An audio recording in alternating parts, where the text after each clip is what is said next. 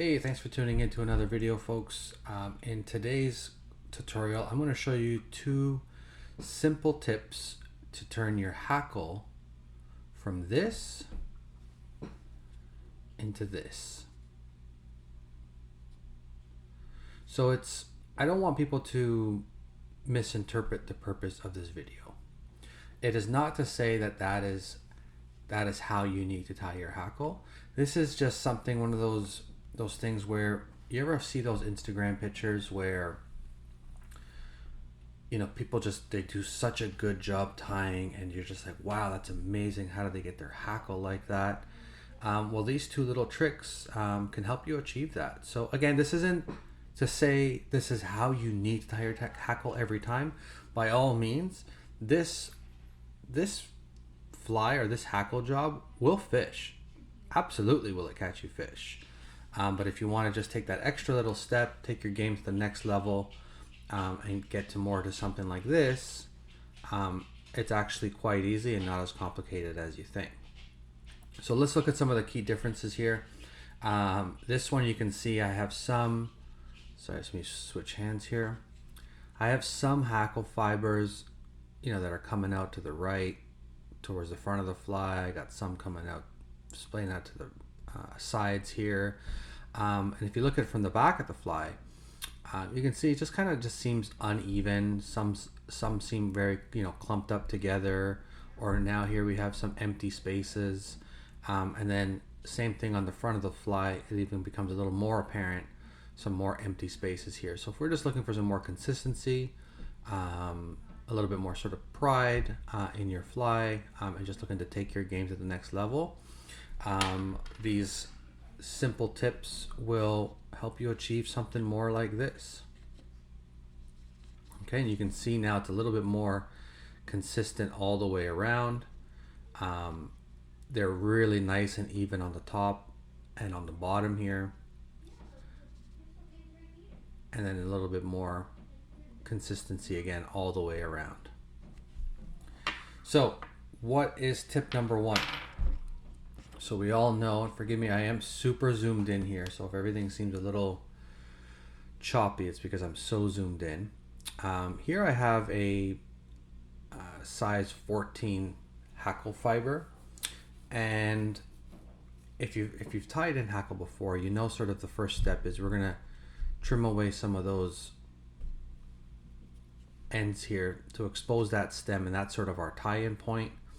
The other next step that you're probably aware of is taking off a few more strands off the top, so it's a little uneven like that.